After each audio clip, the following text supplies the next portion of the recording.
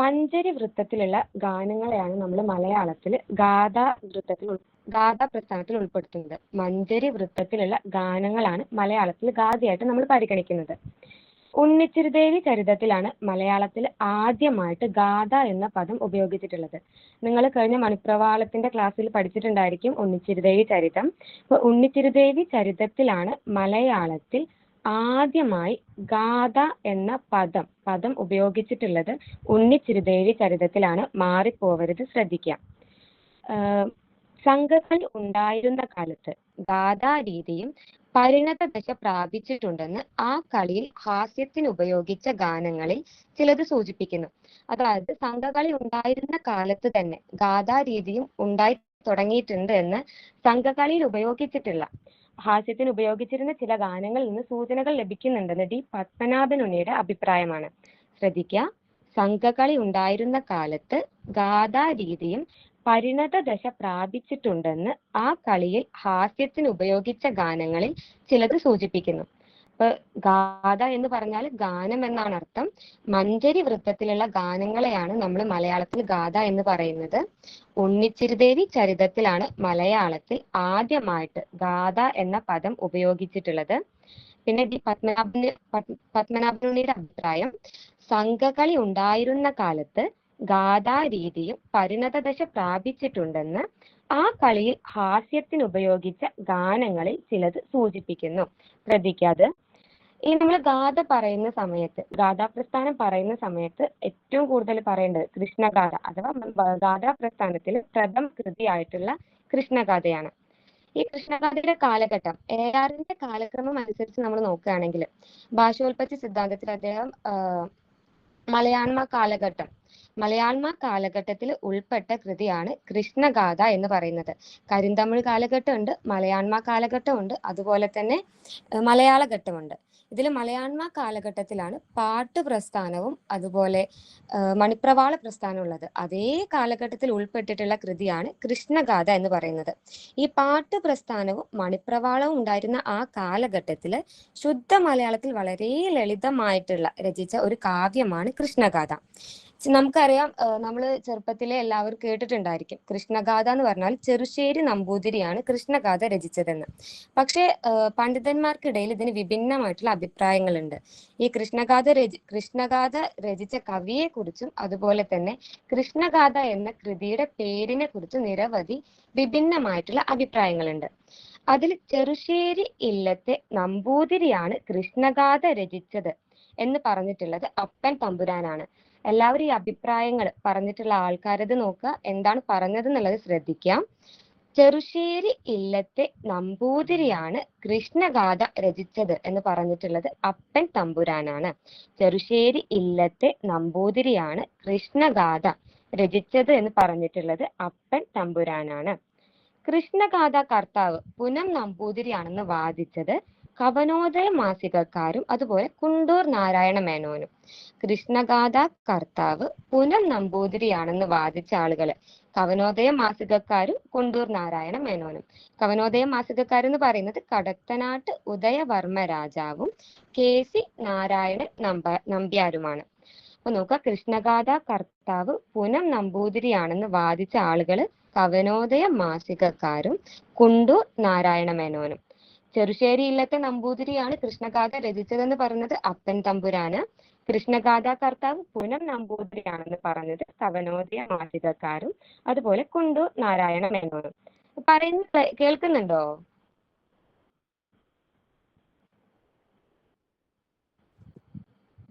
Hello, ആരെങ്കിലും ഒന്ന് പറയൂ. കേൾക്കുന്നുണ്ട് മാം, പക്ഷെ ചിലപ്പോഴൊക്കെ ഇങ്ങനെ കട്ടാവുന്നുണ്ട്. ആണോ? റേഞ്ചിന്റെ ഇഷ്യൂ അങ്ങനെ എന്തെങ്കിലും ഉണ്ടെങ്കിൽ ഒന്ന് പറയൂ കേട്ടോ. ഓക്കെ.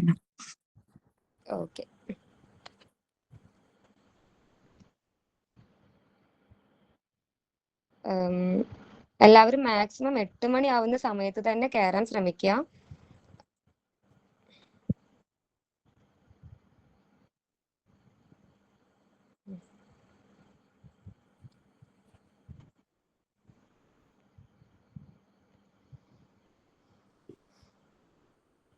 ഓക്കെ, അപ്പൊ നോക്കാം. അപ്പോ ചെറുശ്ശേരി ഇല്ലത്തെ നമ്പൂതിരിയാണ് കൃഷ്ണഗാഥ രചിച്ചതെന്ന് പറഞ്ഞിട്ടുള്ളത് അപ്പൻ തമ്പുരാനാണ്. കൃഷ്ണഗാഥ കർത്താവ് പുനൻ നമ്പൂതിരിയാണെന്ന് വാദിച്ചവര് കവനോദയ മാസികക്കാർ, കുണ്ടൂർ നാരായണ മേനോൻ. അതൊരിക്കലും മറക്കരുത്, ഒരു തവണ ചോദിച്ചിട്ടുള്ള ക്വസ്റ്റ്യൻ ആണ്.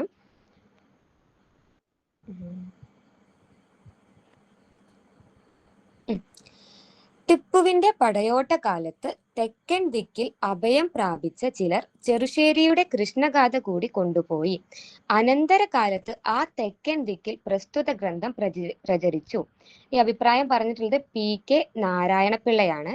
ടിപ്പുവിന്റെ പടയോട്ട കാലത്ത് തെക്കൻ ദിക്കിൽ അഭയം പ്രാപിച്ച ചിലർ ചെറുശ്ശേരിയുടെ കൃഷ്ണഗാഥ കൂടി കൊണ്ടുപോയി. അനന്തര കാലത്ത് ആ തെക്കൻ ദിക്കിൽ പ്രസ്തുത ഗ്രന്ഥം പ്രചരിച്ചു. അഥവാ ടിപ്പുവിന്റെ പടയോട്ട കാലത്ത് ഉത്തര കേരളത്തിൽ നിന്ന് തെക്കൻ ദിക്കിൽ അഭയം പ്രാപിച്ചവരുടെ കയ്യിലുണ്ടായിരുന്ന ചെറുശ്ശേരിയുടെ കൃഷ്ണഗാഥ ആ തെക്കൻ ദിക്കിലും എന്ത് ചെയ്തു, പ്രചരിച്ചു. ഇത് ഈ അഭിപ്രായം പറഞ്ഞിട്ടുണ്ടായിരുന്നത് P.K. നാരായണപിള്ളയാണ്. പിന്നെ പൂന്താനമാണ് കർത്താവ് എന്ന് പറഞ്ഞിട്ടുള്ളത് V.I. രാമനാണ്. പൂന്താനമാണ് കൃഷ്ണഗാഥയുടെ കർത്താവ് എന്ന് പറഞ്ഞത് V.I. രാമനാണ്. ചെറുശ്ശേരി ഇല്ലത്തെ നമ്പൂതിരിയാണെന്ന് പറഞ്ഞത് അപ്പൻ തമ്പുരാനാണ്. കൃഷ്ണഗാഥ കർത്താവ് പുനൻ നമ്പൂതിരിയാണെന്ന് പറഞ്ഞത് കവനോദയ മാസികക്കാരും കുണ്ടൂർ നാരായണ മേനോനും. അതുപോലെ പൂന്താനമാണ് കർത്താവ് എന്ന് പറഞ്ഞിട്ടുള്ളത് V.I. രാമനാണ്. ഉദയവർമ്മയുടെ നിർദ്ദേശപ്രകാരം, ഉദയവർമ്മ രാജാവിന്റെ നിർദ്ദേശപ്രകാരം അനുസരിച്ചാണ് കൃഷ്ണഗാഥ രചിച്ചിട്ടുള്ളത്. 1454 അതിന്റെ രചന. ഭാഗവതം ദശമസ്കന്ധം ആധാരമാക്കിയിട്ടാണ് കൃഷ്ണഗാഥ രചിച്ചിട്ടുള്ളത്. ശ്രീകൃഷ്ണന്റെ അവതാരം മുതൽ സ്വർഗാരോഹണം വരെയുള്ള ഭാഗങ്ങൾ 47 കഥകളാണ് ഇതിൽ വിവരിക്കുന്നത്. ഭാഗവതം ദശമസ്കന്ധത്തെ ആധാരമാക്കിയിട്ടാണ് കൃഷ്ണഗാഥ രചിച്ചിട്ടുള്ളത്. ശ്രീകൃഷ്ണന്റെ അവതാരം മുതൽ സ്വർഗാരോഹണം വരെയുള്ള 47 കഥകൾ 8400 ഈരടികളിലാണ് ഇത് പറയുന്നത്. കൊല്ലവർഷം 650 മുതൽ 750 ഇടയിലാണ് കവി ജീവിച്ചിട്ടുള്ളത് എന്ന അഭിപ്രായം പറഞ്ഞിട്ടുള്ളത് P.K. നാരായണപിള്ളയാണ്. കൊല്ലവർഷം 650 മുതൽ 750 ഇടയിലാണ് കവി ജീവിച്ചിട്ടുള്ളത് എന്ന അഭിപ്രായം പറഞ്ഞിട്ടുള്ളത് P.K. നാരായണപിള്ള. അപ്പൊ ആലോചിക്കുക, ഏതിൽ നിന്നാണ് ഇതിവൃത്തം സ്വീകരിച്ചിട്ടുള്ളത്? ഭാഗവത ദശമസ്കന്ധത്തെ ആധാരമാക്കിയിട്ടാണ് കൃഷ്ണഗാഥ രചിച്ചിട്ടുള്ളത്. 47 കഥകളാണ്, 8400 ഈരടികളാണ്. ആരൊക്കെയാണ് കവിയെ കുറിച്ച് അഭിപ്രായം പറഞ്ഞത് ശ്രദ്ധിക്കുക, ഒരുപാട് തവണ എക്സാമിന് ചോദിച്ചിട്ടുണ്ട്. അടുത്തത്, നെയ്തൽ, നന്ദി തുടങ്ങിയ നാടോടി മൊഴികൾ ഉപയോഗിച്ചിട്ടുണ്ട്. കൃഷ്ണഗാഥയിൽ നെയ്തൽ, നന്ദി തുടങ്ങിയ നാടോടി മൊഴികൾ ഉപയോഗിച്ചിട്ടുണ്ട്. കൃഷ്ണഗാഥയെ മധുര കാവ്യം എന്ന് വിശേഷിപ്പിച്ചിട്ടുള്ളത് N. മുകുന്ദനാണ്. ഒരു തവണ എക്സാമിന് ചോദിച്ചിട്ടുണ്ട് അത്. കൃഷ്ണഗാഥയെ മധുര കാവ്യം എന്ന് വിശേഷിപ്പിച്ചത് N. മുകുന്ദനാണ്. മധുര കാവ്യം N. മുകുന്ദൻ, അങ്ങനെ കണക്ട് ചെയ്ത് പഠിക്കുക. കൃഷ്ണഗാഥയെ മധുര കാവ്യം എന്ന് വിശേഷിപ്പിച്ചിട്ടുള്ളത് N. മുകുന്ദനാണ്. കൃഷ്ണഗാഥയിലെ അങ്കിയായ രസം ശാന്തമാണ് എന്ന് പറഞ്ഞിട്ടുള്ളത് T. ഭാസ്കരനാണ്. കൃഷ്ണഗാഥയിലെ അങ്ങിയായ രസം ശാന്തമാണ് എന്ന് പറഞ്ഞിട്ടുള്ളത് T. ഭാസ്കരനാണ്. നമ്മൾ കൃഷ്ണഗാഥ മലയാളത്തിലെ ഒന്നാമത്തെ മഹാകാവ്യമാണെന്ന് പറഞ്ഞിട്ടുള്ളതും T. ഭാസ്കരനാണ്. അപ്പൊ കൃഷ്ണഗാഥയിലെ അങ്ങിയായ രസം ശാന്തമാണെന്ന് പറഞ്ഞിട്ടുള്ളതും, കൃഷ്ണഗാഥ മലയാളത്തിലെ ഒന്നാമത്തെ മഹാകാവ്യമാണെന്ന് പറഞ്ഞിട്ടുള്ളതും T. ഭാസ്കരനാണ്. അതുപോലെ തന്നെ മലയാളത്തിലെ ആദ്യ മഹാകാവ്യമാണ് കൃഷ്ണഗാഥ എന്ന് T. ഭാസ്കരനെ പോലെ തന്നെ അഭിപ്രായപ്പെട്ടിട്ടുള്ള ആളാണ് ഉള്ളൂര്. അപ്പൊ കൃഷ്ണഗാഥ മലയാളത്തിലെ ആദ്യ മഹാകാവ്യമാണെന്ന് പറഞ്ഞത് ആരൊക്കെയാണ് എന്ന് ചോദിക്കുന്ന സമയത്ത് ആരൊക്കെയാണ്? ഉള്ളൂരും T. ഭാസ്കരനും. കൃഷ്ണഗാഥ മലയാളത്തിലെ ആദ്യ മഹാകാവ്യമാണെന്ന് പറഞ്ഞ 2 പേര് ഉള്ളൂരും T. ഭാസ്കരനുമാണ്. ദണ്ഡിയുടെ മഹാകാവ്യ ലക്ഷണം അനുസരിച്ച് ഭാഷയിലുണ്ടായ ആദ്യ കാവ്യമാണ് കൃഷ്ണഗാഥ. പറഞ്ഞിട്ടുള്ള ലീലാവതിയാണ്. ദണ്ഡിയുടെ മഹാകാവ്യ ലക്ഷണം അനുസരിച്ച് ഭാഷയിലുണ്ടായ ആദ്യ കാവ്യമാണ് കൃഷ്ണഗാഥ എന്ന് പറഞ്ഞിട്ടുള്ളത് ലീലാവതിയാണ്. ഋതുക്കളുടെ കവിയാണ് ചെറുശ്ശേരി എന്ന് പറഞ്ഞിട്ടുള്ളതും ലീലാവതിയാണ്. അത് നോട്ട് ചെയ്ത് വെക്കണം. ഋതുക്കളുടെ കവിയാണ് ചെറുശ്ശേരി എന്ന് പറഞ്ഞിട്ടുള്ളതും ലീലാവതിയാണ്. അപ്പൊ നോക്കുക, കൃഷ്ണഗാഥ മലയാളത്തിലെ ആദ്യ മഹാകാവ്യമാണെന്ന് പറഞ്ഞ രണ്ട് പേര് ഉള്ളൂരും ടി ഭാസ്കരനുമാണ്. ദണ്ഡിയുടെ മഹാകാവ്യ ലക്ഷണം അനുസരിച്ച് ഭാഷയിലുണ്ടായ ആദ്യ കാവ്യമാണ് കൃഷ്ണഗാഥ എന്ന് പറഞ്ഞിട്ടുള്ളത് ലീലാവതിയാണ്. അടുത്തത്, ആചാര കൽപ്പിതമായ മഹാകാവ്യ ലക്ഷണങ്ങൾ അംഗീകരിക്കാത്ത മഹാകാവ്യമാണ് കൃഷ്ണഗാഥ എന്ന് പറഞ്ഞത് KN എഴുത്തച്ഛൻ. ആചാര കൽപ്പിതമായ മഹാകാവ്യ ലക്ഷണങ്ങൾ അംഗീകരിക്കാത്ത മഹാകാവ്യമാണ് കൃഷ്ണഗാഥ എന്ന് പറഞ്ഞിട്ടുള്ളത് KN എഴുത്തച്ഛനാണ്. ഇപ്പോ ആദ്യത്തെ നോക്കാം. കൃഷ്ണഗാഥ മലയാളത്തിലെ ഒന്നാമത്തെ ഇപ്പൊ തന്നെ പഠിച്ചു പോവാം. കൃഷ്ണഗാഥ മലയാളത്തിലെ ഒന്നാമത്തെ മഹാകാവ്യാണെന്ന് പറഞ്ഞിട്ടുള്ള ആൾക്കാര് ടി ഭാസ്കരനും ഉള്ളൂരുമാണ്. ദണ്ഡിയുടെ മഹാകാവ്യ ലക്ഷണം അനുസരിച്ച് ഭാഷയിലുണ്ടായ ആദ്യ കാവ്യമാണ് കൃഷ്ണഗാഥ എന്ന് പറയുന്നത് ലീലാവതിയാണ്. ആചാര കൽപ്പിതമായ മഹാകാവ്യ ലക്ഷണങ്ങൾ അംഗീകരിക്കാത്ത മഹാകാവ്യമാണ് കൃഷ്ണഗാഥ എന്ന് പറഞ്ഞിട്ടുള്ളത് KN എഴുത്തച്ഛനാണ്. ഇപ്പൊ നമ്മള് കവിയുടെ കാര്യം പറഞ്ഞു, ഒരുപാട് വിഭിന്ന അഭിപ്രായങ്ങൾ ഉണ്ടെന്ന് പറഞ്ഞു. അതുപോലെ തന്നെ ചെറുശ്ശേരി എന്നത് ഗ്രന്ഥനാമമായി അച്ചടിച്ചു കണ്ടിട്ടില്ലെങ്കിലും അതാണ് പ്രസ്തുത ഗ്രന്ഥത്തിന്റെ പേര് എന്ന് പറഞ്ഞത് കുണ്ടൂർ നാരായണ മേനോൻ. കുണ്ടൂർ നാരായണ മേനോന്റെ അഭിപ്രായത്തില് ചെറുശ്ശേരി എന്ന് പറയുന്നത് കവിയുടെ പേരല്ല, മറിച്ച് എന്താണ്, ആ കൃതിയുടെ പേരാണെന്നാണ് അദ്ദേഹം പറയുന്നത്. അത് ഇമ്പോർട്ടന്റ് ആയിട്ടുള്ള ഭാഗമാണ്. ചെറുശ്ശേരി എന്നത് ഗ്രന്ഥനാമമായി അച്ചടിച്ചു കണ്ടിട്ടില്ലെങ്കിലും അതാണ് പ്രസ്തുത ഗ്രന്ഥത്തിന്റെ പേര്. അഥവാ ചെറുശ്ശേരി എന്നത് ഗ്രന്ഥത്തിന്റെ പേരാണെന്ന് പറഞ്ഞത് കുണ്ടൂർ നാരായണ മേനോൻ. ഇത് ഓർത്തു വെക്കാം. ചെറുശ്ശേരി എന്നത് കവിയുടെ പേരല്ല, മറിച്ച് കൃതിയുടെ പേര്, ഗ്രന്ഥത്തിന്റെ പേരാണ് എന്ന് പറഞ്ഞിട്ടുള്ള ആള് കുണ്ടൂർ നാരായണ മേനോനാണ്. കൃഷ്ണഗാഥയിൽ ഏറ്റവും കൂടുതൽ ഉപയോഗിച്ചിട്ടുള്ള അലങ്കാരം ഉൽപ്രേക്ഷയാണ്. നമുക്കറിയാം കാളിദാസൻ ഉപമ ഏറ്റവും കൂടുതൽ ഉപയോഗിച്ചിട്ടുണ്ട്. അതുകൊണ്ട് തന്നെ നമ്മൾ ആ ഒരു ഉപമ കാളിദാസസ്യ എന്നൊരു പ്രയോഗം തന്നെയുണ്ട്. അതുപോലെ തന്നെ ഉൽപ്രേക്ഷ കൃഷ്ണഗാഥായം എന്ന് പറയുന്ന ഒരു പ്രയോഗമുണ്ട്. കൃഷ്ണഗാഥയിൽ ഏറ്റവും കൂടുതൽ അദ്ദേഹം ഉപയോഗിച്ചിട്ടുള്ള അലങ്കാരം എന്ന് പറയുന്നത് ഉൽപ്രേക്ഷയാണ്. കൃഷ്ണഗാഥയിൽ ഏറ്റവും കൂടുതൽ ഉപയോഗിച്ച അലങ്കാരം ഉൽപ്രേക്ഷ. കൃഷ്ണഗാഥയിലെ ഭക്തൻ അതിലെ കവിക്ക് കീഴ്പ്പെട്ടിരിക്കുന്നു എന്ന് പറയുന്നത് ചേലനാട്ട് അച്യുത മേനോൻ. കൃഷ്ണഗാഥയിലെ ഭക്തൻ അതിലെ കവിക്ക് കീഴ്പ്പെട്ടിരിക്കുന്നു എന്ന് പറഞ്ഞിട്ടുള്ളത് ചേലനാട്ട് അച്യുത മേനോൻ. കൃഷ്ണഗാഥയിൽ കടന്നു വരുന്ന നാണയത്തിന്റെ പേര് താരം എന്നുള്ളതാണ്. ഒരു തവണ എക്സാമിന് ചോദിച്ചിട്ടുണ്ട്. താരം എന്ന് വരുന്നത് കടന്നു വരുന്ന കൃതി കൃഷ്ണഗാഥയാണ്. കൃഷ്ണഗാഥയിൽ കടന്നു വരുന്ന നാണയത്തിന്റെ പേര് താരം. നേരത്തെ ശ്രദ്ധിക്കുക, നെയ്തൽ, നന്ദി തുടങ്ങിയ നാടോടി മൊഴികൾ ഉപയോഗിച്ചു. അതുപോലെ തന്നെ കൃഷ്ണഗാഥയിൽ കടന്നു വരുന്ന നാണയത്തിന്റെ പേര് താരം. പിതാക്കൾക്കേറ്റ പുത്രൻ, പുത്രന് യോജിച്ച പിതാക്കൾ എന്നതുപോലെ അർത്ഥത്തിനൊത്ത ശബ്ദം, ശബ്ദത്തിനൊത്ത അർത്ഥം എന്ന് കൃഷ്ണഗാഥയിലെ ഭാഷയെ കുറിച്ച് പറഞ്ഞിട്ടുള്ളത് ഉള്ളൂരാണ്.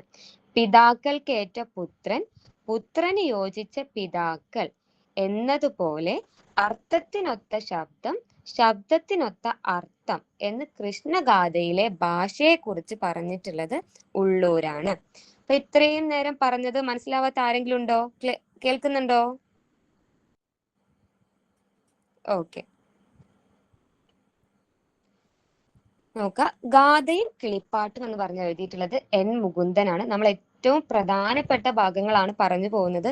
ഞാൻ നേരത്തെ പറഞ്ഞു നമുക്ക് സമയപരിമിതി ഉണ്ട്. അപ്പൊ നമുക്ക് ഇത്രയും ഗാഥ, കിളിപ്പാട്ട്, പാന, വഞ്ചിപ്പാട്ട് ഇത്രയും ഈ 1 മണിക്കൂറിനുള്ളിൽ നമുക്ക് തീർക്കണം. അപ്പൊ അത്യാവശ്യം സ്പീഡിലായിരിക്കും പോകുന്നുണ്ടാവുക. നിങ്ങൾ ശ്രദ്ധിക്കുക. ഇപ്പൊ തന്നെ പറയുന്ന കാര്യം റിപ്പീറ്റ് ചെയ്ത് പറയുന്നുണ്ട്. ഇപ്പൊ തന്നെ പഠിക്കാൻ ശ്രമിക്കാം. അപ്പോൾ ഗാഥയും കിളിപ്പാട്ടും എഴുതിയിട്ടുള്ളത് N മുകുന്ദനാണ്.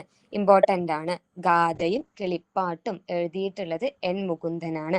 അതുപോലെ ഗാഥാ പ്രവേശകം എഴുതിയിട്ടുള്ളത് വടക്കുംകൂർ രാജരാജ വർമ്മ. ഗാഥയും കിളിപ്പാട്ടും എഴുതിയിട്ടുള്ളത് N മുകുന്ദനാണ്.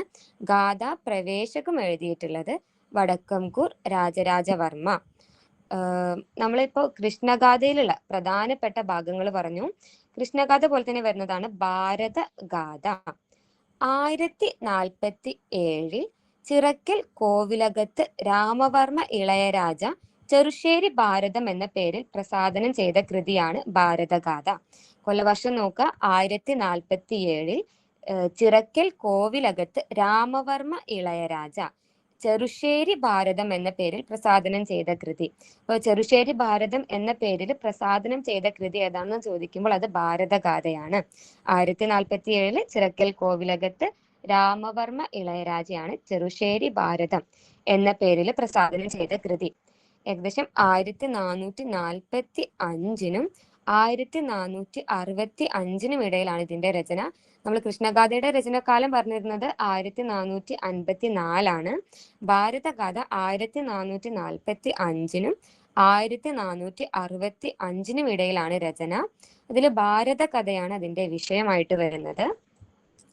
കൃഷ്ണഗാഥയും ഭാരതഗാഥയും ഏക കർത്തവ്യമാണെന്ന് അഭിപ്രായപ്പെട്ടത് ചിറക്കൽ ടി ബാലകൃഷ്ണനും സാഹിത്യ പഞ്ചാനനുമാണ്. കൃഷ്ണഗാഥയും ഭാരതഗാഥയും ഒരാളാണ് എഴുതിയിട്ടുള്ളത്, ഒരൊറ്റ വ്യക്തിയാണ് എഴുതിയിട്ടുള്ളത് എന്ന് അഭിപ്രായപ്പെട്ടത് ചിറക്കൽ ടി ബാലകൃഷ്ണനും സാഹിത്യ പഞ്ചാനനുമാണ്. കൃഷ്ണഗാഥയും ഭാരതഗാഥയും ഒരാളാണ് എഴുതിയതെന്ന് അഭിപ്രായപ്പെട്ടത് ചിറക്കൽ ടി ബാലകൃഷ്ണനും സാഹിത്യ പഞ്ചാനനുമാണ്. കൃഷ്ണഗാഥയ്ക്കും ഭാരതഗാഥയ്ക്കും തമ്മിൽ ദിവാകര ബിംബത്തിനും ദിവാദീപത്തിനും തമ്മിലുള്ള പ്രകാശാന്തരമുണ്ട് എന്ന് അഭിപ്രായപ്പെട്ടത് ഉള്ളൂരാണ്. അതായത് ഭാരതഗാഥയും കൃഷ്ണഗാഥയും ഒരാളല്ല, വ്യത്യസ്ത ആളുകളാണ് എഴുതിയിട്ടുള്ളത് എന്നാണ് ഉള്ളൂരിന്റെ അഭിപ്രായം. മറിച്ച് അതല്ല, ഒരാളാണ്, രണ്ടും ഒരാളാണ് എഴുതിയിട്ടുള്ളതെന്ന് പറയുന്നത് ചിറക്കൽ ടി ബാലകൃഷ്ണനും സാഹിത്യ പഞ്ചാനനുമാണ്. കൃഷ്ണഗാഥയ്ക്കും ഭാരതഗാഥയ്ക്കും തമ്മിൽ ദിവാകര ബിംബത്തിനും ദിവാദീപത്തിനും തമ്മിലുള്ള പ്രകാശാന്തരമുണ്ട് എന്ന് പറഞ്ഞിട്ടുള്ളത് ഉള്ളൂരാണ്. അപ്പൊ നോക്കുക, ഭാഗവതം ഗാഥ എഴുതിയിട്ടുള്ളത് കൊടുങ്ങല്ലൂർ കൊച്ചുണ്ണി തമ്പുരാൻ. ഭാഗവതം ഗാഥ എഴുതിയിട്ടുള്ളത് കൊടുങ്ങല്ലൂർ കൊച്ചുണ്ണി തമ്പുരാൻ. സ്വതന്ത്ര ഗാഥ എഴുതിയിട്ടുള്ളത് കുമാരനാശാനാണ്. സ്വതന്ത്ര ഗാഥ കുമാരനാശാന്റേതാണ്. ഭാഗവതം ഗാഥ കൊടുങ്ങല്ലൂർ കൊച്ചുണ്ണി തമ്പുരാന്റേതാണ്. സ്വതന്ത്ര ഗാഥ കുമാരനാശാന്റേതാണ്. മഗ്ദലന മറിയം ചക്രഗാഥ, ഇത് ഗാഥാവൃത്തത്തിൽ വള്ളത്തോൾ രചിച്ച കൃതികളാണ്. മഗ്ദലന മറിയം ചക്രഗാഥ. അപ്പൊ ചോദിക്കാം, ഗാഥാവൃത്തത്തിൽ വള്ളത്തോൾ രചിച്ച കൃതികൾ ഏതൊക്കെയാണ്? മഗ്ദലന മറിയവും ചക്രഗാഥയും. അതുപോലെ കർണഭൂഷണം പിങ്കള, ഗാഥാവൃത്തത്തിൽ ഉള്ളൂര് രചിച്ച കൃതികളാണ് ഏതൊക്കെ? കർണഭൂഷണവും പിങ്കളയും. ഇപ്പൊ ഭാഗവതം ഗാഥ എഴുതിയിട്ടുള്ളത് കൊടുങ്ങല്ലൂർ കൊച്ചുണ്ണി തമ്പുരാനാണ്. സ്വതന്ത്ര ഗാഥ എഴുതിയിട്ടുള്ളത് കുമാരനാശാനാണ്. മഗ്ദലന മറിയം ചക്രഗാഥ ഗാഥാവൃത്തത്തിൽ വള്ളത്തോൾ രചിച്ച കൃതികളാണ്. കർണഭൂഷണം പിങ്കള ഗാഥാവൃത്തത്തിൽ ആര് രചിച്ചതാണ്? ഉള്ളൂര് രചിച്ച കൃതികളാണ്. ഇത്രയും ഭാഗം ഓക്കെ ആണോ എല്ലാവർക്കും? ഓക്കെ. അപ്പോ കൃഷ്ണഗാഥയിൽ പ്രധാനപ്പെട്ട ഭാഗങ്ങൾ നമ്മൾ പറഞ്ഞിട്ടുണ്ട്. നമുക്ക് കിളിപ്പാട്ട് പ്രസ്ഥാനം നോക്കാം. കിളിപ്പാട്ട് പ്രസ്ഥാനം, എഴുത്തച്ഛനാണ് കിളിപ്പാട്ട് പ്രസ്ഥാനത്തിന്റെ ഉപജ്ഞാതാവ്. നമുക്കറിയാം, എഴുത്തച്ഛൻ എന്ന് പറഞ്ഞാല് ആധുനിക മലയാള ഭാഷയുടെ പിതാവായിട്ട് നമ്മൾ പറയുന്നത് ആരെയാണ്? തുഞ്ചത്ത് രാമാനുജൻ എഴുത്തച്ഛനാണ്. എഴുത്തച്ഛനാണ് കിളിപ്പാട്ട് പ്രസ്ഥാനത്തിന്റെ ഉപജ്ഞാതാവ്. നമ്മളിപ്പം കിളിപ്പാട്ട് എന്ന് പറയുന്ന സമയത്ത് കവിയുടെ അഭ്യർത്ഥന മാനിച്ച് കിളികൾ പറയുന്ന രീതിയിൽ എഴുതപ്പെട്ടിരിക്കുന്ന കാവ്യങ്ങളെയാണ് നമ്മൾ കിളിപ്പാട്ട് എന്ന് പറയാം. ഇപ്പോൾ നമ്മളെ ഭാരതത്തിൽ മുമ്പേ നിലനിന്നിരുന്ന ഒരു രീതിയാണ് ഈ പക്ഷിമൃഗാദികളെ കൊണ്ടൊക്കെ കഥ പറയിപ്പിക്കുന്നത്. ഇപ്പോൾ ഉദാഹരണമായിട്ട് വിക്രമാദിത്യ കഥകളൊക്കെ ഇതേ രീതിയിലുള്ളതാണ്, പക്ഷിമൃഗാദികളെ കൊണ്ട് കഥ പറയിക്കാം. അതുപോലെ തന്നെയുള്ള രീതിയാണ് കിളിപ്പാട്ട് പ്രസ്ഥാനവും. അപ്പൊ നമ്മൾ ഈ തമിഴിൽ ഇപ്പോഴും കിളിവിടുതൽ എന്ന കവിത എഴുത്ത് സമ്പ്രദായം ഇന്നും നിലനിൽക്കുന്നുണ്ട്. ഈ കിളിവിടുതൽ എന്ന് പറഞ്ഞാല് ആ കിളിവിടുതൽ എന്ന വൃത്ത രീതിയിൽ നമ്മള് കിളികൾ ശ്രോതാക്കളാണ്, അഥവാ കേൾക്കുന്ന ആൾക്കാരാണ്. പക്ഷെ കിളിപ്പാട്ടിൽ കൃതികൾ വക്താക്കളാണ്, പറയുന്ന ആൾക്കാരാണ്. അപ്പൊ നമ്മള് അത്തരത്തിൽ എഴുതപ്പെട്ടിട്ടുള്ളതാണ് കിളിപ്പാട്ട്.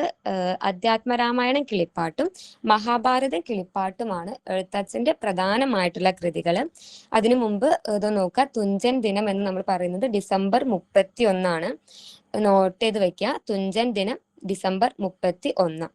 അപ്പൊ കിളിപ്പാട്ട് പ്രസ്ഥാനം പറയുമ്പോൾ എഴുത്തച്ഛനാണ് കിളിപ്പാട്ട് പ്രസ്ഥാനത്തിന്റെ ഉപജ്ഞാതാവ്. അധ്യാത്മരാമായണം കിളിപ്പാട്ട്, അതുപോലെ മഹാഭാരതം കിളിപ്പാട്ട്, ഇത് എന്നിവയാണ് അദ്ദേഹത്തിന്റെ പ്രധാന കൃതികളായിട്ട് പറയുന്നത്. നമുക്കറിയാം വാൽമീകി രാമായണത്തിന് അവലംബമാക്കിയിട്ട് എഴുതിയിട്ടുള്ള കൃതികളാണ്, അല്ലെങ്കിൽ വാൽമീകി രാമായണത്തിന് ഇതിവൃത്തം സ്വീകരിച്ച് എഴുതിയിട്ടുള്ള കൃതികളാണ് ഇതെല്ലാം. പക്ഷെ വാൽമീകി രാമായണം അവലംബമാക്കിയിട്ട് പ്രാദേശിക ഭാഷയിൽ ആദ്യം ഉണ്ടായിട്ടുള്ള കൃതി എന്ന് പറയുന്നത് കമ്പരാമായണമാണ്. തമിഴിലുള്ള രാമായണമാണ് കമ്പരാമായണം.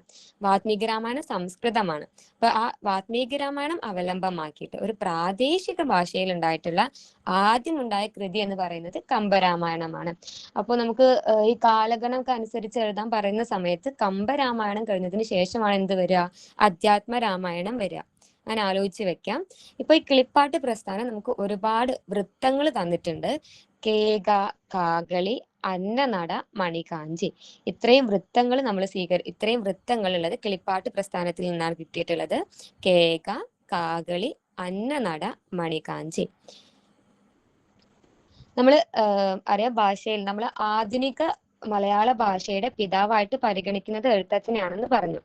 അത് പറഞ്ഞാൽ നമ്മൾ അദ്ദേഹം എഴുതിയിരുന്ന ആ ഒരു സമയത്ത് സംസ്കൃതത്തിൽ നിന്ന് മണിപ്രവാള പ്രസ്ഥാനവും അതുപോലെ പാട്ടു പ്രസ്ഥാനവും തമിഴിന്റെ എല്ലാം അത്രയും ഉയർന്നു നിന്നിരുന്ന ആ ഒരു സമയത്ത് ഇത് രണ്ടും സമന്വയിപ്പിച്ചുകൊണ്ട് മലയാളത്തിന് അതിൻ്റെതായിട്ടുള്ള ഒരു തനതായിട്ടുള്ള വ്യക്തിത്വത്തോട് കൂടി മലയാള ഭാഷയെ ഉപയോഗിച്ചിട്ടുള്ള വ്യക്തിയാണ് എഴുത്തച്ഛൻ.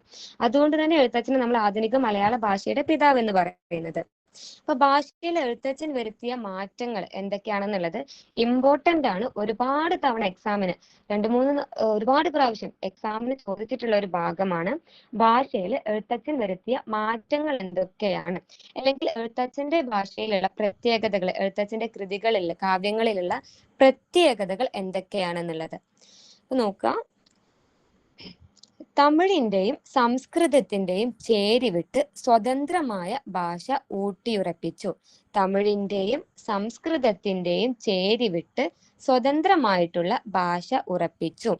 സംസ്കൃത സാഹിത്യത്തോട് കിടപിടിക്കാൻ പറ്റുന്ന ക്ലാസിക് സാഹിത്യ ഭാഷയാക്കി മലയാളത്തെ ഉയർത്തി. വേദാന്ത വിഷയങ്ങൾ ജനകീയമായി അവതരിപ്പിച്ചു. സംസ്കൃത പുരാണ കഥകൾക്ക് കേരളത്തിൽ വേരോട്ടമുണ്ടാക്കി. ചമ്പു ഭാഷയിൽ നിന്ന് വിഭിന്നമായി അലങ്കാര ശബളതയുടെ അതിപ്രസരതയില്ലാത്ത ഭാഷ ഉപയോഗിച്ചു. അതായത് തമിഴിന്റെയും സംസ്കൃതത്തിന്റെയും ഭാഗം വിട്ട് അതിൽ നിന്ന് സ്വീകരിക്കേണ്ടവ മാത്രം സ്വീകരിച്ച് സ്വതന്ത്രമായിട്ടുള്ള ഒരു ഭാഷയാക്കി മലയാള ഭാഷയെ മാറ്റി. സംസ്കൃത സാഹിത്യത്തോട് കിടപിടിക്കാൻ പറ്റുന്ന ഒരു ക്ലാസിക് ഭാഷയാക്കി മലയാള ഭാഷയെ ഉയർത്തി. വേദാന്ത വിഷയങ്ങൾ ജനകീയമായി അവതരിപ്പിച്ചു. സംസ്കൃത പുരാണ കഥകൾക്ക് കേരളത്തിൽ വേരോട്ടമുണ്ടാക്കി. സംസ്കൃത പുരാണ കഥകൾക്ക് കേരളത്തിൽ വേരോട്ടമുണ്ടാക്കി. ചമ്പു ഭാഷയിൽ നിന്ന് വിഭിന്നമായി അലങ്കാര ശബളതയുടെ അതിപ്രസരതയില്ലാത്ത ഭാഷ ഉപയോഗിച്ചു. അതായത് നിങ്ങൾ മണിപ്രവാളത്തിലൊക്കെ പഠിച്ചിട്ടുണ്ടായിരിക്കും, ചമ്പു ഭാഷയിൽ കൂടുതൽ എന്തുണ്ട്?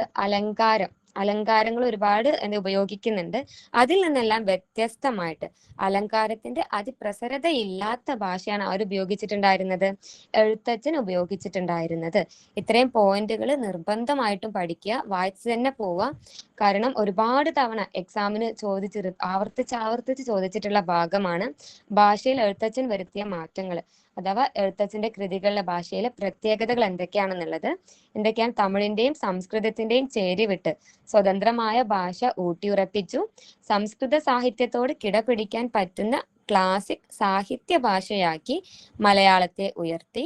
വേദാന്ത വിഷയങ്ങൾ ജനകീയമായി അവതരിപ്പിച്ചു. സംസ്കൃത പുരാണ കഥകൾക്ക് കേരളത്തിൽ വേരോട്ടമുണ്ടാക്കി. ചെമ്പു ഭാഷയിൽ നിന്ന് വിഭിന്നമായി അലങ്കാര ശബളതയുടെ അതിപ്രസരത ഇല്ലാത്ത ഭാഷ ഉപയോഗിച്ചു. എഴുത്തച്ഛന്റെ രചനാശൈലിയെ മിൽട്ടന്റെ ബരോക്ക് ശൈലിയോട് താരതമ്യം ചെയ്തിട്ടുള്ളത് KM തരകനാണ്. ജോൺ മിൽട്ടൺ എന്ന് പറയുന്നത് പാരഡൈസ് ലോസ്റ്റ് എന്ന് പറഞ്ഞ ഇതിഹാസ കാവ്യം എഴുതിയിട്ടുള്ള ഇംഗ്ലീഷ് റൈറ്റർ ആണ്. അപ്പൊ ജോൺ മിൽട്ടന്റെ രചനാശൈലിയോട് എഴുത്തച്ഛന്റെ രചനാശൈലിയെ താരതമ്യം ചെയ്തിട്ടുള്ളത് KM തരകനാണ്. എഴുത്തച്ഛന്റെ രചനാശൈലിയെ മിൽട്ടന്റെ ബരോക്ക് ശൈലിയോട് താരതമ്യം ചെയ്തിട്ടുള്ളത് KM തരകനാണ്. ശ്രദ്ധിക്കുക, ആലോചിച്ച് വെക്കുക. എഴുത്തച്ഛന്റെ രചനാശൈലിയെ മിൽട്ടന്റെ ബരോക്ക് ശൈലിയോട് താരതമ്യം ചെയ്തിട്ടുള്ളത് KM തരകൻ. മിൽട്ടന്റെ കനത്ത എപ്പിക് ശൈലിയോട് കിടപിടിക്കാൻ കരുത്തുള്ളതാണ് എഴുത്തച്ഛന്റെ കിളിപ്പാട്ട് എന്ന് അഭിപ്രായപ്പെട്ടത് KN എഴുത്തച്ഛനാണ്.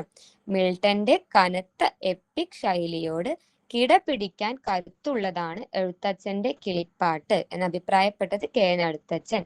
അപ്പൊ എഴുത്തച്ഛന്റെ രചനാ ശൈലിയെ മിൽട്ടന്റെ ബരോക്ക് ശൈലിയോട് താരതമ്യം ചെയ്തത് KM തരകനാണ്. മിൽട്ടന്റെ കനത്ത എപ്പിക് ശൈലിയോട് കിടപിടിക്കാൻ കരുത്തുള്ളതാണ് എഴുത്തച്ഛന്റെ കിളിപ്പാട്ട് എന്ന അഭിപ്രായം പറഞ്ഞത് KN എഴുത്തച്ഛനാണ്. ഇനി അടുത്ത പോയിന്റ് ശ്രദ്ധിക്കണം, ഇമ്പോർട്ടന്റ് ആണ്. നമുക്ക് എഴുത്തച്ഛൻ എടുത്ത ഭാഷാ ക്രമക്കണക്കെ ശരണം എന്ന് പറഞ്ഞതിലുള്ളത് കൊടുങ്ങല്ലൂർ കുഞ്ഞിക്കുട്ടൻ തമ്പുരാനാണ്. നമുക്ക് എഴുത്തച്ഛൻ എടുത്ത ഭാഷാ ക്രമക്കണക്കെ ശരണം, ഇമ്പോർട്ടന്റ് ആണ്. നമുക്ക് എഴുത്തച്ഛൻ എടുത്ത ഭാഷാ ക്രമക്കണക്കെ ശരണം എന്ന് പറഞ്ഞിട്ടുള്ളത് കൊടുങ്ങല്ലൂർ കുഞ്ഞിക്കുട്ടൻ തമ്പുരാനാണ്. അതുപോലെ പുതു മലയാണ്മത്തൻ മഹേശ്വരൻ എന്ന് എഴുത്തച്ഛനെ വിശേഷിപ്പിച്ചിട്ടുള്ളത് വള്ളത്തോളാണ്. പുതു മലയാണ്മത്തൻ മഹേശ്വരൻ എന്ന് എഴുത്തച്ഛനെ വിശേഷിപ്പിച്ചത് വള്ളത്തോളാണ്. അപ്പൊ നോക്കുക, എഴുത്തച്ഛന്റെ രചനാശൈലിയെ മിൽട്ടന്റെ ബറോക്ക് ശൈലിയോട് താരതമ്യം ചെയ്തത് KM തരകനാണ്. മിൽട്ടന്റെ കനത്ത എപ്പിക് ശൈലിയോട് കിടപിടിക്കാൻ കരുത്തുള്ളതാണ് എഴുത്തച്ഛന്റെ കിളിപ്പാട്ട് എന്ന് പറഞ്ഞത് KN എഴുത്തച്ഛൻ. നമുക്ക് എഴുത്തച്ഛൻ എടുത്ത ഭാഷാ ക്രമക്കണക്കെ ശരണം എന്ന് പറഞ്ഞത് കൊടുങ്ങല്ലൂർ കുഞ്ഞിക്കുട്ടൻ തമ്പുരാൻ. പുതു മലയാണ്മത്തൻ മഹേശ്വരൻ എന്ന് എഴുത്തച്ഛനെ വിശേഷിപ്പിച്ചത് വള്ളത്തോൾ.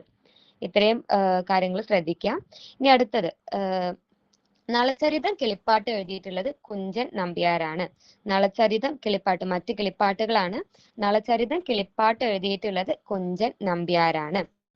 സാമ്രാജ്യഗീത കിളിപ്പാട്ട് എഴുതിയിട്ടുള്ളത് VC ബാലകൃഷ്ണനാണ്. നളചരിതം കിളിപ്പാട്ട് എഴുതിയിട്ടുള്ളത് കുഞ്ചൻ നമ്പ്യാര്. സാമ്രാജ്യഗീത കിളിപ്പാട്ട് എഴുതിയിട്ടുള്ളത് VC ബാലകൃഷ്ണൻ. മാമാങ്കം കിളിപ്പാട്ട് എഴുതിയിട്ടുള്ളത് കാടഞ്ചേരി നമ്പൂതിരി. നളചരിതം കിളിപ്പാട്ട് കുഞ്ചൻ നമ്പ്യാർ, ഇപ്പൊ തന്നെ പഠിക്കുക. നളചരിതം കിളിപ്പാട്ട് എഴുതിയിട്ടുള്ളത് കുഞ്ചൻ നമ്പ്യാരാണ്. സാമ്രാജ്യഗീത കിളിപ്പാട്ട് എഴുതിയിട്ടുള്ളത് VC ബാലകൃഷ്ണനാണ്. മാമാങ്കം കിളിപ്പാട്ട് എഴുതിയിട്ടുള്ളത് കാടഞ്ചേരി നമ്പൂതിരിയാണ്. ഇപ്പോ എഴുത്തച്ഛനെ കുറിച്ച് കൂടുതൽ ഒരുപാട് പഠനങ്ങൾ നടന്നിട്ടുണ്ട്, അതുപോലെ ഒരുപാട് ലേഖനങ്ങളുണ്ട്. ഇത്രയൊക്കെ ഇമ്പോർട്ടന്റ് ആണ്, ഇടയ്ക്കിടയ്ക്ക് എക്സാമിന് ചോദിക്കാറുള്ളതാണ്. അപ്പം എഴുത്തച്ഛനെ ഒരു തവണ എക്സാമിന് ചോദിച്ചിട്ടുണ്ടായിരുന്നത് എഴുത്തച്ഛനെ കുറിച്ചുള്ള പ്രഥമ ഗവേഷണ പ്രബന്ധം ഏത് എന്നുള്ളതാണ്. എഴുത്തച്ഛനെ കുറിച്ചുള്ള പ്രഥമ ഗവേഷണ പ്രബന്ധം അത് എന്താ, Ezhuthachan and his age, Chelanat Achyutha Menon എഴുതിയിട്ടുള്ള എഴുത്തച്ഛൻ ആൻഡ് ഹിസ് ഏജ് എന്ന് പറയുന്നതാണ് പഠനമാണ് എഴുത്തച്ഛനെ കുറിച്ചുള്ള പ്രഥമ ഗവേഷണ പ്രബന്ധം. ഒരു തവണ എക്സാമിന് ഇങ്ങനെയായിരുന്നു ചോദിച്ചിട്ടുണ്ടായിരുന്നത്, പ്രഥമ ഗവേഷണ പ്രബന്ധം, എഴുത്തച്ഛനെ കുറിച്ചുള്ള പ്രഥമ ഗവേഷണ പ്രബന്ധം ഏതാണ്? എഴുത്തച്ഛൻ ആൻഡ് ഹിസ് ഏജ്, എഴുതിയിട്ടുള്ളത് ചേലനാട്ട് അച്യുതമേനോൻ. ചേലനാട്ട് അച്യുതമേനോന്റെ പഠനമാണ് എഴുത്തച്ഛൻ ആൻഡ് ഹിസ് ഏജ് എന്ന് പറയുന്നത്. പിന്നെ എഴുത്തച്ഛന്റെ മലയാളം എന്ന് പറയുന്ന പഠനം തയ്യാറാക്കിയിട്ടുള്ളത്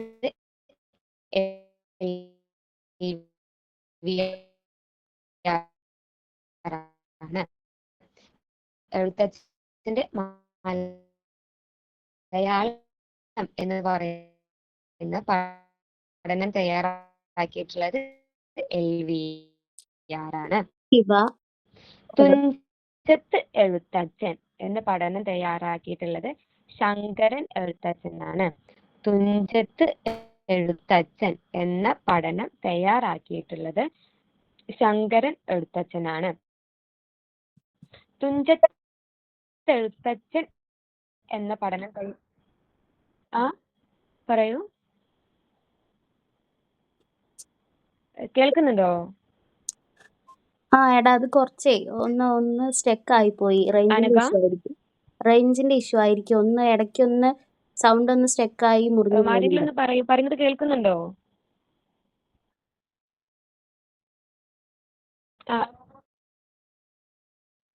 ആണോ? എവിടെയായിരുന്നു?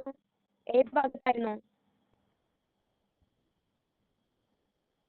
അല്ല ഇപ്പൊ ഓക്കെ ആണ്. ഓക്കെ. അപ്പൊ നോക്കാം, നമ്മൾ എഴുത്തച്ഛനെ കുറിച്ചുള്ള പഠനങ്ങളാണ് പറഞ്ഞിട്ടുണ്ടായിരുന്നത്. എഴുത്തച്ഛൻ ആൻഡ് ഹിസ് ഏജ് എഴുതിയിട്ടുള്ളത് ചേലനാട്ട് അച്യുതമേനോനാണ്. എഴുത്തച്ഛന്റെ മലയാളം എഴുതിയിട്ടുള്ളത് LVR ആണ്.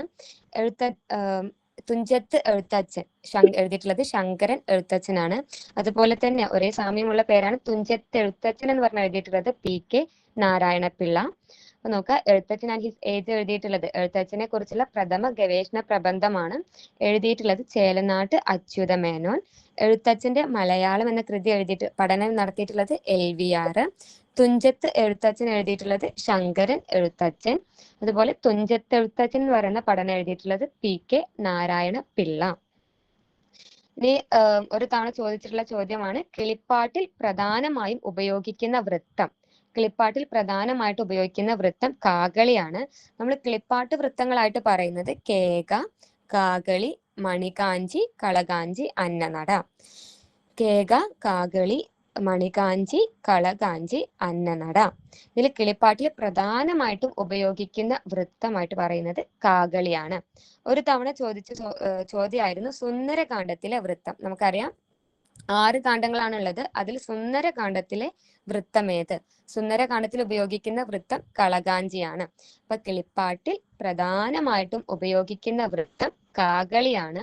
കിളിപ്പാട്ട് വൃത്തങ്ങളായിട്ട് പറയുന്നത് കേക, കാകളി, മണികാഞ്ചി, കളകാഞ്ചി, അന്നനട. സുന്ദരകാന്ഡത്തിലെ വൃത്തമായിട്ട് സുന്ദരകാന്ഡത്തിൽ ഉപയോഗിക്കുന്ന വൃത്തം കളകാഞ്ചിയാണ്. ഇനി എഴുത്തച്ഛനെ കുറിച്ചുള്ള പഠനങ്ങൾ നമ്മൾ നേരത്തെ പറഞ്ഞു. അതുപോലെ എഴുത്തച്ഛനെ കുറിച്ച് ഒരുപാട് ലേഖനങ്ങൾ ഉണ്ടായിട്ടുണ്ട്. അതിൽ പ്രധാനപ്പെട്ട കുറച്ച് ലേഖനങ്ങൾ നമ്മളിപ്പോ പറയുന്നുള്ളൂ. കണ്ണശനും എഴുത്തച്ഛനും എഴുതിയിട്ടുള്ളത് ലീലാവതി. പ്രധാനപ്പെട്ട ലേഖനങ്ങളാണ്, ശ്രദ്ധിക്കുക. കണ്ണശനും എഴുത്തച്ഛനും ലീലാവതി. എഴുത്തച്ഛനെ കുറിച്ച് എഴുതിയിട്ടുള്ള ലേഖനങ്ങളാണ്. കണ്ണശനും എഴുത്തച്ഛനും എഴുതിയിട്ടുള്ളത് ലീലാവതി. തുഞ്ചൻ പ്രബന്ധങ്ങൾ എഴുതിയിട്ടുള്ളത് S ഗുപ്തൻ നായർ. തുഞ്ചൻ പ്രബന്ധങ്ങൾ എഴുതിയിട്ടുള്ളത് S ഗുപ്തൻ നായർ. 3 ഭാഷാ കവികൾ എഴുതിയിട്ടുള്ളത് സാഹിത്യ പഞ്ചാനൻ. മഹാഭാരതം മൂലവും ഭാരതം കിളിപ്പാട്ടും ഇമ്പോർട്ടന്റ് ആണ്. മഹാഭാരതം മൂലവും ഭാരതം കിളിപ്പാട്ടും എഴുതിയിട്ടുള്ളത് വടക്കുംകൂർ രാജരാജവർമ്മ. വടക്കുംകൂർ രാജരാജവർമ്മ. അപ്പൊ കണ്ണശനും എഴുത്തച്ഛനും എന്ന് പറയുന്ന ലേഖനം എഴുതിയിട്ടുള്ളത് ലീലാവതിയാണ്.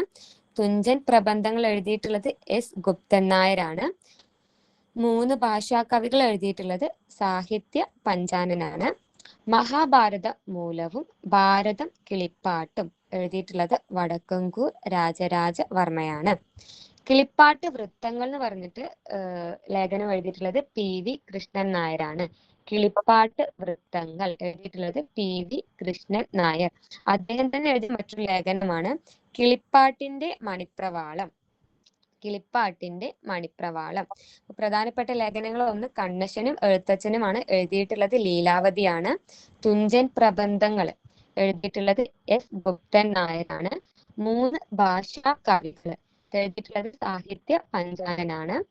മഹാഭാരതം മൂലവും ഇമ്പോർട്ടന്റ് ആണ്. മഹാഭാരതം മൂലവും ഭാരതം കിളിപ്പാട്ടും എഴുതിയിട്ടുള്ളത് വടക്കുംകൂർ ആണ്. മഹാഭാരതം മൂലവും ഭാരതം കിളിപ്പാട്ടും എഴുതിയിട്ടുള്ളത് വടക്കുംകൂർ രാജരാജവർമ്മ. ഇനി കിളിപ്പാട്ട് വൃത്തങ്ങൾ, അതുപോലെ കിളിപ്പാട്ടിന്റെ മണിപ്രവാളം, ഈ 2 ലേഖനവും എഴുതിയിട്ടുള്ളത് PV കൃഷ്ണൻ നായരാണ്. കിളിപ്പാട്ട് വൃത്തങ്ങൾ, കിളിപ്പാട്ടിന്റെ മണിപ്രവാളം. ഇപ്പൊ തന്നെ പഠിച്ചു പോവുക. കിളിപ്പാട്ട് വൃത്തങ്ങള്, അതുപോലെ കിളിപ്പാട്ടിന്റെ, രണ്ടും കിളിപ്പാട്ട് വൃത്തങ്ങൾ, കിളിപ്പാട്ടിന്റെ മണിപ്രവാളം. 2 ലേഖനവും എഴുതിയിട്ടുള്ളത് PV കൃഷ്ണൻ നായരാണ്. ഇനി നമ്മൾ പറയുന്ന മറ്റൊരു കിളിപ്പാട്ടാണ്, ശ്രദ്ധിക്കുക, ഗിരിജ കല്യാണം. ഗിരിജ കല്യാണം. ഈ ഗിരിജ കല്യാണം ഗീതാ പ്രബന്ധം എന്നും പരാമർശിക്കുന്നുണ്ട്. ഒരു തവണ ചോദിച്ചിരുന്നു ഗീതാ പ്രബന്ധം എന്നും പരാമർശമുള്ള കൃതി ഏതെന്ന് ചോദിച്ചിട്ടുണ്ടായിരുന്നു. ഗിരിജ കല്യാണമാണ്. ഗീതാ പ്രബന്ധം എന്ന് പരാമർശമുള്ള ഒരു കൃതിയാണ് ഗിരിജ കല്യാണം. ഉണ്ണായി വാര്യർ, നമ്മൾ നളചരിതം ആട്ടക്കഥയ്ക്ക് എഴുതിയിട്ടുള്ള ഉണ്ണായി വാര്യരുടെ കൃതിയായിട്ടാണ് ഇത് പരിഗണിച്ചു പോരുന്നത്. ഗിരിജ കല്യാണമാണ് മറ്റൊരു പേര് ഗീതാ പ്രബന്ധം. ഉണ്ണായി വാര്യരുടെ കൃതിയായിട്ടാണ് നമ്മൾ പരിഗണിച്ചു പോരുന്നത്. ഇതിലുള്ള വിഷയം എന്ന് പറയുന്നത് പാർവതിയുടെ വിവാഹമാണ് പ്രമേയം. പാർവതിയുടെ വിവാഹമാണ് പ്രമേയം. അടുത്ത് പറയുന്നത് ഏറ്റവും ഇമ്പോർട്ടന്റ് ആയിട്ടുള്ള കാര്യമാണ്. ഒരുപാട് തവണ റിപ്പീറ്റ്, നമ്മളിപ്പോ ഈ പറഞ്ഞ പോയിന്റുകളെല്ലാം ഒരുപാട് തവണ എക്സാമിന് ചോദിച്ചിട്ടുള്ള കാര്യങ്ങളാണ്. അപ്പൊ എല്ലാവരും ശ്രദ്ധിക്കുക. വിഭക്തിയുണ്ടെങ്കിൽ പഠിച്ചുകൊള്ളൂ എന്ന് കവി പറയുന്ന കൃതി ഗിരിജാ കല്യാണമാണ്. വിഭക്തിയുണ്ടെങ്കിൽ പഠിച്ചുകൊള്ളൂ എന്ന് കവി പറയുന്ന കൃതി ഗിരിജാ കല്യാണമാണ്. അപ്പൊ ഗിരിജാ കല്യാണത്തിൽ 4 പോയിന്റാണ് പറഞ്ഞിട്ടുള്ളത്. ഗീതാ പ്രബന്ധം എന്ന് പരാമർശമുള്ള കൃതിയാണ്. ഉണ്ണായി വാര്യരുടെ കൃതിയാണ്. പാർവതിയുടെ വിവാഹമാണ് അതിൽ പ്രമേയമായിട്ട് വരുന്നത്. പാർവതിയുടെ വിവാഹമാണ് പ്രമേയമായിട്ട് വരുന്നത്. പിന്നുള്ളത് വിഭക്തിയുണ്ടെങ്കിൽ പഠിച്ചുകൊള്ളൂ. വിഭക്തിയുണ്ടെങ്കിൽ പഠിച്ചുകൊള്ളൂ. ഇമ്പോർട്ടന്റ് ആയിട്ട് തന്നെ നോക്കാം. വിഭക്തിയുണ്ടെങ്കിൽ പഠിച്ചുകൊള്ളൂ എന്ന് കവി പറയുന്ന കൃതി ഗിരിജാ കല്യാണം അഥവാ ഗീതാ പ്രബന്ധമാണ്. അപ്പൊ നമ്മള് കിളിപ്പാട്ടിന്റെ ഭാഗങ്ങൾ കഴിഞ്ഞിട്ടുണ്ട്. അടുത്തത് പറയുന്നത് പാനയാണ്. അഥവാ ശ്രദ്ധിക്കുക, പാന പറയുന്ന ജ്ഞാനപ്പാന. നമ്മൾ സാധാരണക്കാരന്റെ ഉപനിഷത്ത് അറിയപ്പെടുന്ന കൃതിയാണ് ജ്ഞാനപ്പാന. മേൽപ്പത്തൂർ നാരായണ പൂന്താനമാണ് ജ്ഞാനപ്പാന എഴുതിയിട്ടുള്ളത്. മേൽപ്പത്തൂർ നാരായണ ഭട്ടതിരിയുടെ സമകാലനാണ് പൂന്താനം. അപ്പൊ സാധാരണക്കാരന്റെ ഉപനിഷത്ത് എന്നറിയപ്പെടുന്ന കൃതി ഏതാണെന്ന് ചോദിക്കുമ്പോൾ അത് ജ്ഞാനപ്പാനയാണ്. സാധാരണക്കാരന്റെ ഉപനിഷത്ത് എന്ന് അറിയപ്പെടുന്ന കൃതി ജ്ഞാനപ്പാനയാണ്. മേൽപ്പത്തൂർ നാരായണ ഭട്ടതിരിയുടെ സമകാലനാണ് പൂന്താനം. അപ്പൊ പൂന്താനമാണ് ജ്ഞാനപ്പാന എഴുതിയിട്ടുള്ളത്. മേൽപ്പത്തൂർ നാരായണ ഭട്ടതിരിയുടെ സമകാലനാണ് പൂന്താനം. 1547 1640 ഇടയിലാണ് അദ്ദേഹം ജീവിച്ചിട്ടുള്ളത്. 1547 1640 ഇടയിലാണ് ജീവിച്ചിട്ടുള്ളത്. അപ്പൊ പാന നോക്ക, സാധാരണക്കാരന്റെ ഉപനിഷത്ത് എന്ന് അറിയപ്പെടുന്ന കൃതിയാണ്. മേൽപ്പത്തൂർ നാരായണ ഭട്ടതിരിയുടെ സമകാലനാണ് പൂന്താനം. 1547 1640 ഇടയിൽ ജീവിച്ചിട്ടുണ്ട്. നമ്മൾ പൂന്താനത്തിന്റെ മറ്റ് കൃതികൾ പറയുന്നത് ജ്ഞാനപ്പാന, സന്താന ഗോപാലൻ, ശ്രീകൃഷ്ണ കർണാമൃതം, ദശാവതാര സ്തോത്രം, ഘനസംഘം, 108 ഹരി. കഴിഞ്ഞ ഡിസംബർ എക്സാമിന് ഉണ്ടായിരുന്ന ഒരു ചോദ്യം ഇതായിരുന്നു. ഒരുപാട് കൃതികൾ തന്നിട്ട് ഇതിൽ പൂന്താനത്തിന്റെ കൃതികൾ എഴുതാനാണ് പറഞ്ഞിട്ടുണ്ടായിരുന്നത്. കഴിഞ്ഞ ഡിസംബർ എക്സാമിന് ഉണ്ടായിരുന്ന ചോദ്യമാണ് പൂന്താനത്തിന്റെ കൃതികൾ. പൂന്താനത്തിന്റെ കൃതികൾ നോക്കാം. ജ്ഞാനപ്പാന, സന്താന ഗോപാലം, ശ്രീകൃഷ്ണ കർണാമൃതം, ദശാവതാര സ്തോത്രം, ഘനസംഘം, 108 ഹരി. ജ്ഞാനപ്പാന, സന്താന ഗോപാലം, ശ്രീകൃഷ്ണ കർണാമൃതം, ദശാവതാര സ്തോത്രം, ഘനസംഘം, 108 ഹരി. മറക്കരുത്, എക്സാമിന് ചോദിച്ചിട്ടുണ്ടായിരുന്നതാണ്. ജ്ഞാനപ്പാന എന്ന് പറയുന്നത് ഒരു ഭക്തിഗീതയാണ്. സാധാരണ പാമരന്മാരുടെ ഭാഷയാണ് ഇതിൽ ഉപയോഗിച്ചിരിക്കുന്നത്. ജ്ഞാനപ്പാന ഒരു ഭക്തിഗീതയാണ്. സാധാരണക്കാരന്റെ ഉപനിഷത്ത് എന്നറിയപ്പെടുന്നു. ഒരു ഭക്തിഗീതയാണ്. സാധാരണ പാമരന്മാരുടെ ഭാഷയാണ് ഉപയോഗിച്ചിരിക്കുന്നത്. തനി മലയാളത്തിന്റെ മർമ്മം കൊണ്ട കവി എന്ന് പൂന്താനത്തെ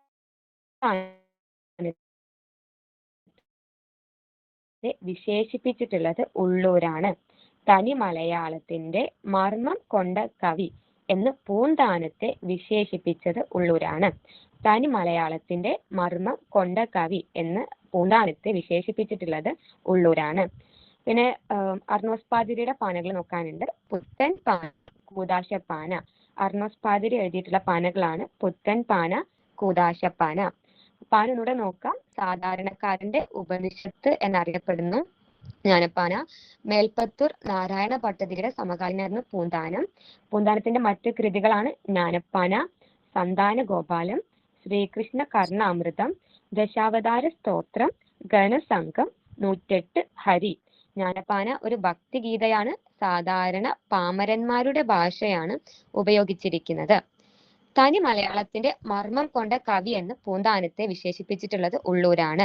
തനി മലയാളത്തിന്റെ മർമ്മം കൊണ്ട കവി എന്ന് പൂന്താനത്തെ വിശേഷിപ്പിച്ചത് ഉള്ളൂരാണ്. അതുപോലെ പുത്തൻ പാന, കൂദാശപ്പാന. മറക്കരുത്, പുത്തൻ പാന, കൂദാശപ്പാന എഴുതിയിട്ടുള്ളത് അർണോസ് പാതിരിയാണ്. അർണോസ് പാതിരിയുടെ പാനകൾ ഏതൊക്കെയാണ്? പുത്തൻ പാന, കൂദാശപ്പാന. മറ്റൊരു പാനയാണ് സന്താന ഗോപാലം. സന്താന ഗോപാലം എഴുതിയിട്ടുള്ളത് പൂന്താനമാണ്. ഒന്ന് ജ്ഞാനപ്പാന, രണ്ടാമത്തെ സന്താന ഗോപാലം. നമ്മൾ പൂന്താനത്തിന്റെ ആദ്യ കൃതിയായിട്ട് പരിഗണിച്ചു വരുന്നത് സന്താന ഗോപാലമാണ്. അഥവാ സന്താന ഗോപാലം തന്നെയാണ് കുമാരഹരണം പാന എന്ന പേരിലും അറിയപ്പെടുന്നത്. സന്താന ഗോപാലാണ് കുമാരഹരണം പാന. പൂന്താനത്തിന്റെ ആദ്യ കൃതി എന്ന് വിശേഷിപ്പിക്കുന്നത് സന്താന ഗോപാലമാണ്, അഥവാ കുമാരഹരണം പാനയാണ്. ഇതിൽ വിഷയം വരുന്നത് ഭാഗവതം ദശമസ്കന്ധം തന്നെയാണ്. ഇപ്പൊ ഭാഗവതം ദശമസ്കന്ധം ഉപജീവിച്ച് എഴുതിയിട്ടുള്ള മറ്റൊരു കൃതി നമ്മൾ പറഞ്ഞിട്ടുണ്ടായിരുന്നത് കൃഷ്ണഗാഥയാണ്. മറ്റൊന്ന് സന്താന ഗോപാലം അഥവാ കുമാരഹരണം പാന. ഒന്ന് ഗാഥപ്രസ്ഥാനമാണ്, ഒന്ന് പാന. അപ്പൊ കുമാരഹരണം പാന ഏതാണെന്ന് ചോദിക്കുന്ന സമയത്ത് പറയാ സന്താന ഗോപാലം പാന. പൂന്താനത്തിന്റെ ആദ്യ കൃതി ഏതാണെന്ന് ചോദിക്കുമ്പോൾ സന്താന ഗോപാലം പാന. ഭാഗവതം ദശമസ്കന്ധത്തെ ഉപജീവിച്ചിട്ട് രചന നടത്തിയിട്ടുള്ളത് സന്താന ഗോപാലം പാനയാണ്.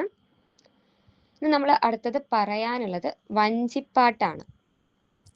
വഞ്ചിപ്പാട്ട്, കുചേലവൃത്തം വഞ്ചിപ്പാട്ട് എഴുതിയിട്ടുള്ളത് രാമപുരത്ത് വാര്യരാണ്. ആദ്യത്തെ റിയലിസ്റ്റിക് കാവ്യമായിട്ട് പറയുന്നത് കുചേലവൃത്തമാണ്. കുചേലവൃത്തം വഞ്ചിപ്പാട്ട് രാമപുരത്ത് വാര്യരാണ്. മാർത്താണ്ഡവർമ്മയുടെ രാജകൽപ്പന അനുസരിച്ച് എഴുതിയിട്ടുള്ള കൃതിയാണ്. വഞ്ചിപ്പാട്ട്, കുചേലവൃത്തം വഞ്ചിപ്പാട്ട് രാമപുരത്ത് വാര്യരാണ് എഴുതിയിട്ടുള്ളത്. വഞ്ചിപ്പാട്ട് പ്രസ്ഥാനത്തിന് തുടക്കമിട്ടത് രാമപുരത്ത് വാര്യർ തന്നെയാണ്. മാർത്താണ്ഡവർമ്മയുടെ രാജകൽപ്പന അനുസരിച്ച് എഴുതിയ കൃതിയാണ് കുചേലവൃത്തം വഞ്ചിപ്പാട്ട്. നദോന്നത വൃത്തത്തിലാണ് വഞ്ചിപ്പാട്ട് രചിച്ചിട്ടുള്ളത്. നദോന്നത വൃത്തത്തിലാണ് വഞ്ചിപ്പാട്ട് രചിച്ചിട്ടുള്ളത്. നമ്മളറിയാം മഞ്ചരി വൃത്തത്തിൽ രചിച്ചിട്ടുള്ളത് ഏതാണ്? മഞ്ചരി വൃത്തത്തിൽ രചിച്ചത് ഏതാണ്? ആരെങ്കിലും പറയൂ. കൃഷ്ണഗാഥ. അതെ, മഞ്ചരി വൃത്തത്തിലുള്ളത് കൃഷ്ണഗാഥയാണ്. നദോന്നത വൃത്തത്തിലുള്ളത് കുചേലവൃത്തം വഞ്ചിപ്പാട്ട്. വഞ്ചിപ്പാട്ട് നമ്മൾ ഉപയോഗിക്കുന്നത് നദോന്നത വൃത്തമാണ്. കുചേലന്റെയും ശ്രീകൃഷ്ണന്റെയും സൗഹൃദമാണ് കുചേലവൃത്തം വഞ്ചിപ്പാട്ടിൽ പറയുന്നത്. ശ്രീകൃഷ്ണന്റെയും കുചേലന്റെയും സൗഹൃദമാണ്. കുചേലവൃത്തം പാഠവും പഠനവും എഴുതിയിട്ടുള്ളത് എൻ മുകുന്ദനാണ്. എൻ മുകുന്ദന് പറഞ്ഞിട്ടുള്ള ഒരു നമ്മൾ പറഞ്ഞിട്ടുണ്ടായിരുന്നു. എന്താണത്? എൻ മുകുന്ദന്റെ ഒരു അഭിപ്രായം നമ്മൾ പറഞ്ഞിട്ടുണ്ടായിരുന്നു. എന്താണ്? ആർക്കെങ്കിലും പറയാൻ കഴിയോ? മധുരകാവ്യം എന്ന് വിളിച്ച Krishnagatha. Very good, very good. എന്താണ്? കൃഷ്ണഗാഥയെ മധുര കാവ്യം എന്ന് വിളിച്ചിട്ടുണ്ടായിരുന്നു. കൃഷ്ണഗാഥയെ മധുര കാവ്യം എന്ന് വിളിച്ചിട്ടുണ്ടായിരുന്നത് എൻ മുകുന്ദനാണ്. അദ്ദേഹം എഴുതിയിട്ടുള്ള കുചേലവൃത്തവും പാഠവും പഠനവും എഴുതിയിട്ടുള്ളത് എൻ മുകുന്ദനാണ്. കുചേലവൃത്തം പാഠവും പഠനവും എഴുതിയിട്ടുള്ളത് എൻ മുകുന്ദനാണ്. കരുണയും കുചേലവൃത്തവും താരതമ്യം ചെയ്തത്, ഇത് ഇമ്പോർട്ടന്റ് ആണ്, ചോദിച്ചിട്ടുണ്ട് എക്സാമിന്. കരുണയും കുചേലവൃത്തവും താരതമ്യം ചെയ്ത് പഠനം നടത്തിയിട്ടുള്ളത് സാഹിത്യ പഞ്ചാനനാണ്. കരുണ കുമാരനാശാന്റെ കരുണയും കുചേലവൃത്തയെയും താരതമ്യം ചെയ്ത് പഠിച്ചിട്ടുള്ളത് സാഹിത്യ പഞ്ചാനൻ. പേരാലോചിക്കുക. കുചേലവൃത്തം വഞ്ചിപ്പാട്ട്, അതിന് മുൻപും പിൻപും. അതിലെന്താണ് പറയുന്നത്? കരുണയെയും കുചേലവൃത്തത്തിന്റെയും താരതമ്യ പഠനമാണ് നടത്തിയിട്ടുള്ളത്. ആരാണ്? സാഹിത്യ പഞ്ചാനനാണ്. അപ്പൊ ഇനി അടുത്തിട്ടുള്ളത് രാമപുരത്ത് വാര്യരുടെ മറ്റു കൃതികൾ നോക്കാം. ഒന്ന് വരുന്നത് ഭാഷാഷ്ടപതി, പിന്നെ ലഘുഭാഷ, നൈഷധം, തിരുവാതിരപ്പാട്ട്. രാമപുരത്ത് വാര്യരുടെ കൃതികളാണ് ഭാഷാഷ്ടപതി, ലഘുഭാഷ, നൈഷധം, തിരുവാതിരപ്പാട്ട്. നോക്കാം. ഭാഷാഷ്ടപതി, ലഘുഭാഷ, നൈഷധം, തിരുവാതിരപ്പാട്ട്. ആലോചിച്ച് വെക്കുക. അതുപോലെ രാമപുരത്ത് വാര്യരുടെ കൃതികൾ നോക്കുന്ന പോലെ തന്നെ നമ്മളിപ്പോ നേരത്തെ പറഞ്ഞിട്ടുള്ളത് പൂന്താനത്തിന്റെ കൃതികൾ ജ്ഞാനപ്പാന, സന്താന ഗോപാലം, ശ്രീകൃഷ്ണ കർണാമൃതം, ദശാവതാര സ്തോത്രം, ഘനസംഘം, 108 ഹരി. രാമപുരത്ത് വാര്യരുടെ കൃതികൾ ഭാഷാഷ്ടപതി, ലഘുഭാഷ, നൈഷധം, തിരുവാതിരപ്പാട്ട്. ഈ ഗജേന്ദ്രമോക്ഷം വഞ്ചിപ്പാട്ട് എഴുതിയിട്ടുള്ളത് ശ്രീനാരായണ ഗുരുവാണ്. അദ്ദേഹം ഈ വഞ്ചിപ്പാട്ട് സമർപ്പിച്ചിട്ടുള്ളത് ചട്ടമ്പി സ്വാമികൾക്കാണ്. ഗജേന്ദ്രമോക്ഷം വഞ്ചിപ്പാട്ട് എഴുതിയിട്ടുള്ളത് ശ്രീനാരായണ ഗുരുവാണ്, സമർപ്പിച്ചിട്ടുള്ളത് ചട്ടമ്പി സ്വാമികൾക്കാണ്. മറക്കരുത്, ഗജേന്ദ്രമോക്ഷം വഞ്ചിപ്പാട്ട് സമർപ്പിച്ചിട്ടുള്ള ആളാരാണ്? ചട്ടമ്പി സ്വാമികൾക്ക് സമർപ്പിച്ചിട്ടുള്ളത്, എഴുതിയിട്ടുള്ളത് ശ്രീനാരായണ ഗുരുവാണ്. അപ്പൊ നമ്മൾ ഇന്ന് എടുത്തിട്ടുള്ള ആദ്യത്തെ ഭാഗം ഏതാണ്? കൃഷ്ണഗാഥ. കൃഷ്ണഗാഥയിലെ ഏതെങ്കിലും ഭാഗം മനസ്സിലാവാത്തവരുണ്ടോ? ഒന്നുകൂടെ നോക്കാം. നമ്മൾ ഗാഥ എന്ന് പറഞ്ഞാൽ ഗാനം എന്നാണ് അർത്ഥം. മഞ്ജരി വൃത്തത്തിലുള്ള ഗാനങ്ങളെയാണ് നമ്മൾ മലയാളത്തിൽ ഗാഥ എന്ന് പറയുന്നത്. ഉണ്ണിച്ചിരുദേവി ചരിതത്തിലാണ് മലയാളത്തിൽ ആദ്യമായിട്ട് ഗാഥ എന്ന പദം ഉപയോഗിച്ചിട്ടുള്ളത്. കൃഷ്ണഗാഥയില് നമ്മളെ കവിയുടെ കുറിച്ചുള്ള വിഭിന്ന അഭിപ്രായങ്ങൾ ശ്രദ്ധിക്കുക. ചെറുശ്ശേരി ഇല്ലത്തെ നമ്പൂതിരിയാണ് കൃഷ്ണഗാഥ രചിച്ചതെന്ന് പറഞ്ഞത് അപ്പൻ തമ്പുരാനാണ്. കൃഷ്ണഗാഥ കർത്താവ് പുനനമ്പൂതിരിയാണെന്ന് വാദിച്ച ആളുകള് കവനോദയ മാസികക്കാര്. അവര് കടത്തനാട്ട് ഉദയവർമ്മ രാജാവും KC നാരായണ നമ്പ്യാരും. ഇവർ രണ്ടുപേരാണ് കവനോദയ മാസികക്കാര്. പിന്നെ കുണ്ടൂർ നാരായണ മേനോനും. കൃഷ്ണഗാഥ കർത്താവ് പുനനമ്പൂതിരിയാണെന്ന് വാദിച്ച രണ്ടുപേരാണ്. പിന്നുള്ളത് ആരെങ്കിലും ഒന്ന് പറയൂ.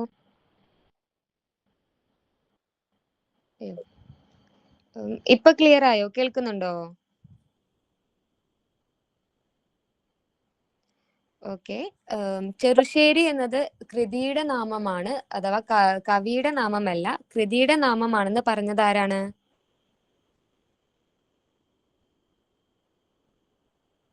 ആരെങ്കിലും ഒന്ന് മൈക്ക് ഓൺ ആക്കി പറയൂ.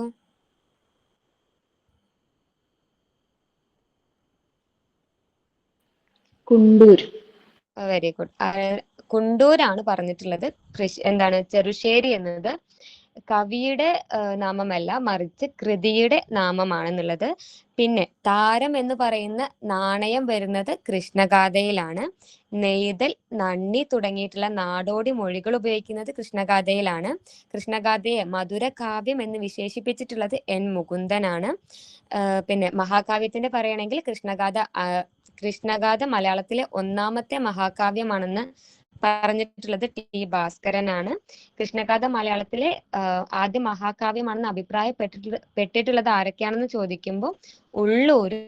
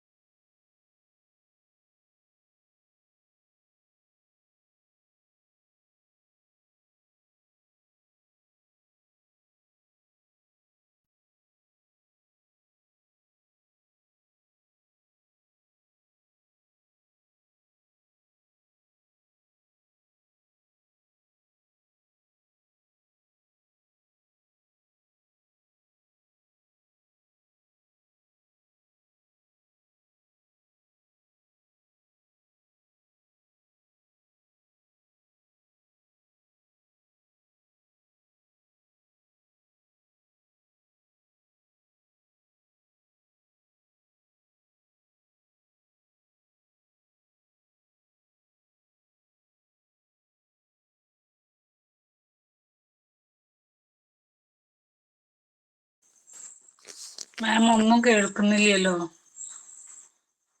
ക്ലാസ് കഴിഞ്ഞതാണോ?